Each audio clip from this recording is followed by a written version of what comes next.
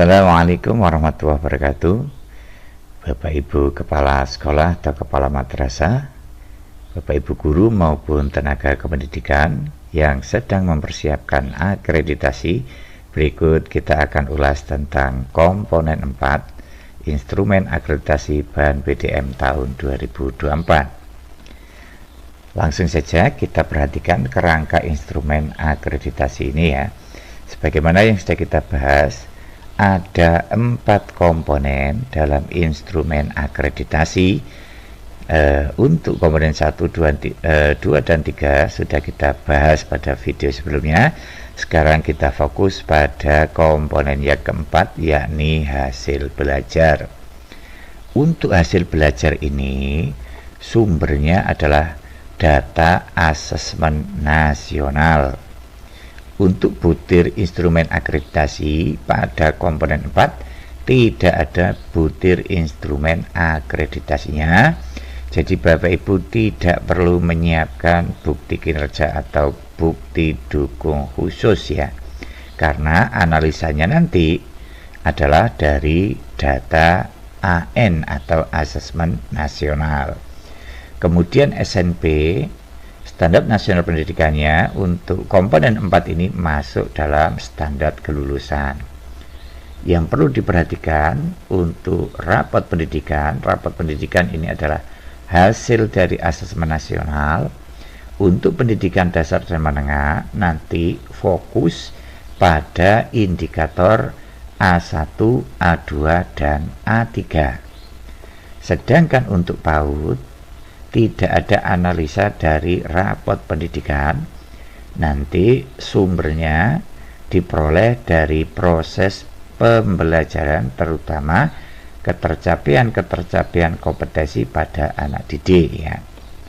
Oke, langsung saja kita masuk ke pembahasan selanjutnya. Nah, Bapak Ibu, nanti untuk rapot pendidikan bisa di-download pada link anbk.kemdikbud.go.id.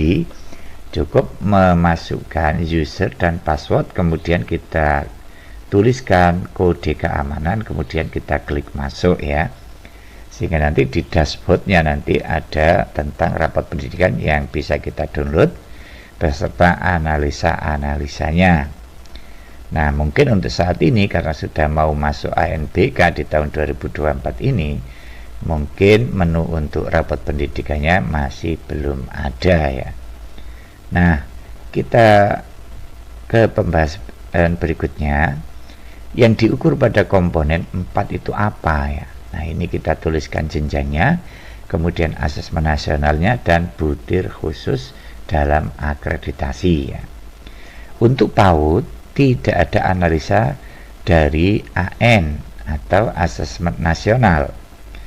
Butir khusus dalam akreditasinya adalah cukup menggunakan data proses pembelajaran dan pengelolaan dari instrumen akreditasi untuk mengetahui apakah layanan sudah memastikan kepemilikan kemampuan fondasi pada anak usia dini. Untuk SLB adalah literasi numerasi, yakni untuk butir khusus adalah kemandirian. Satuan pendidikan menghasilkan pelajar atau lulusan yang memiliki kompetensi keterampilan hidup dan keterampilan kebekerjaan atau wirausaha. Untuk jenjang kesetaraan, fokus pada analisa literasi numerasi. Butir khususnya adalah kebermanfaatan. Program kesetaraan menghasilkan lulusan yang memiliki kebermanfaatan atau kompetensi fungsional sebagai hasil dari proses belajarnya. Kemudian untuk pendidikan dasar menengah umum, analisanya adalah dari hasil literasi numerasi. Tidak ada untuk SD, SMA, MIMA untuk butir kekhususannya dalam akreditasi. Kenapa? Karena literasi dan numerasi dapat menggunakan data asesmen nasional. Sedangkan untuk SMK, literasi numerasi, butir kekhususannya adalah satuan pendidikan menghasilkan pelajar atau lulusan yang memiliki kompetensi sesuai program keahliannya ya. Kesimpulannya, untuk butir khusus dalam akreditasi ini yang tidak ada hanya pendidikan dasar dan menengah ya. Oke, kita lanjut ke pembahasan selanjutnya. Nah, ini identifikasi rapot pendidikan. Sebagaimana yang kita bahas tadi, untuk khusus SMK, kesetaraan dan SLB, ini nanti untuk rapot pendidikan, analisanya dari indikator A4 sampai A6. Sedangkan untuk pendidikan dasar dan menengah, ini SNP-nya sama-sama standar kelulusan ya, itu nanti fokus pada laporan pada indikator A1, A2, dan A3. Oke, sekarang akan coba kita lihat rapot pendidikan untuk pendidikan dasar dan menengah ini ya, terutama pada butir A1, A2, dan A3. Baik, langsung saja kita lihat A1 ya, kita lihat A1. Nah, ini Bapak Ibu, A1 itu adalah tentang kemampuan literasi ya. Nanti ada pada butir A.1 sama dengan A.1.5. Kita perlu memperhatikan capaian-capaian yang ada pada rapot pendidikan ini, terutama pada nomor A.1 ya. Misalkan ini indikator kemampuan literasi, capaiannya masih dalam kategori sedang ya. Kemudian ini ada skor rapot 2024, kemudian ada definisi capaian. Ini perlu dibaca sebagai bahan refleksi dan evaluasi. Nah, yang paling penting juga adalah perubahan skor dari tahun yang lalu ya.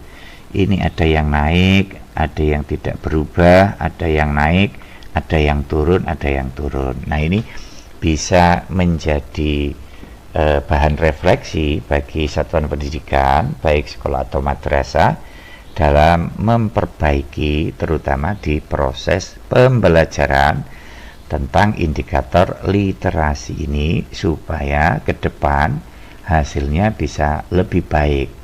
Kenapa? Karena ternyata rapat pendidikan ini juga menjadi sumber informasi dalam proses akreditasi ya. Kita kembali lagi, kita coba buka untuk A2 Bapak Ibu ya. Nah, A2 ini tentang indikator kemampuan numerasi ya. Ada pada nomor A.2 sampai dengan A.2.5. Untuk capaiannya juga masih sedang ya. Kemudian sama seperti tadi, ada yang naik dari tahun yang lalu, ada yang turun Bapak Ibu ya, ada yang turun ya. Ini nanti kita pelajari definisi capaian, kendalanya apa, tantangannya apa. Itu sebenarnya sudah digambarkan dalam situs rapot pendidikan ya.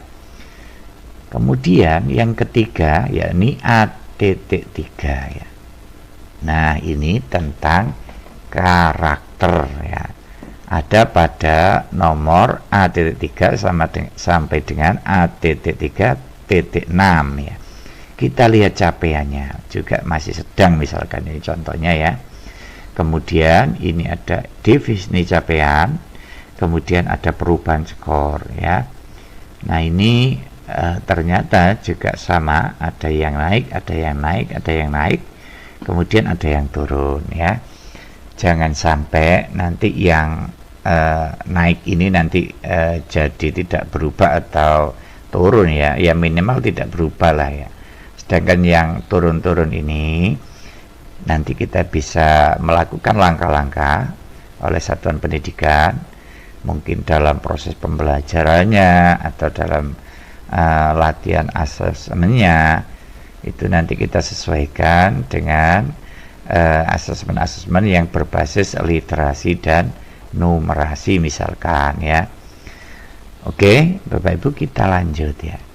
Nah, ini untuk rapot pendidikan Ini bisa dimanfaatkan data hasil AN untuk mengidentifikasi kelemahan dan kekuatan pada setiap mapel ya. Kemudian yang kedua, memahami area yang membutuhkan perbaikan, baik itu remedial, strategi pembelajaran, berdiferensiasi, dan lain sebagainya. Dari uraian tentang komponen 4 ini dapat kita simpulkan sebagai berikut Bapak Ibu ya. Yang pertama, komponen 4 diukur melalui data asesmen nasional dengan area sesuai jenjangnya masing-masing ya. Yang dimaksud area tadi itu adalah indikator-indikator ya. Kemudian tidak ada dokumen khusus yang perlu dipersiapkan satuan pendidikan.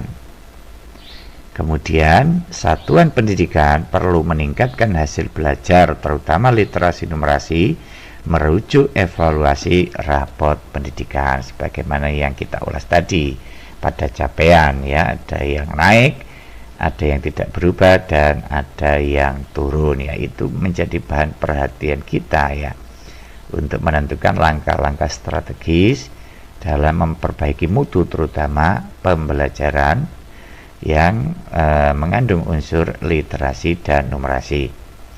Nah, yang jadi tekan kita dari pertanyaan-pertanyaan yang ada pada video-video sebelumnya untuk menjelaskan komponen 4, sekali lagi saya sampaikan untuk komponen 4 Bapak Ibu yang mempersiapkan akreditasi tidak perlu menyiapkan dokumen khusus karena komponen 4 itu murni dari analisa hasil dari asesmen nasional dalam bentuk rapot pendidikan ya.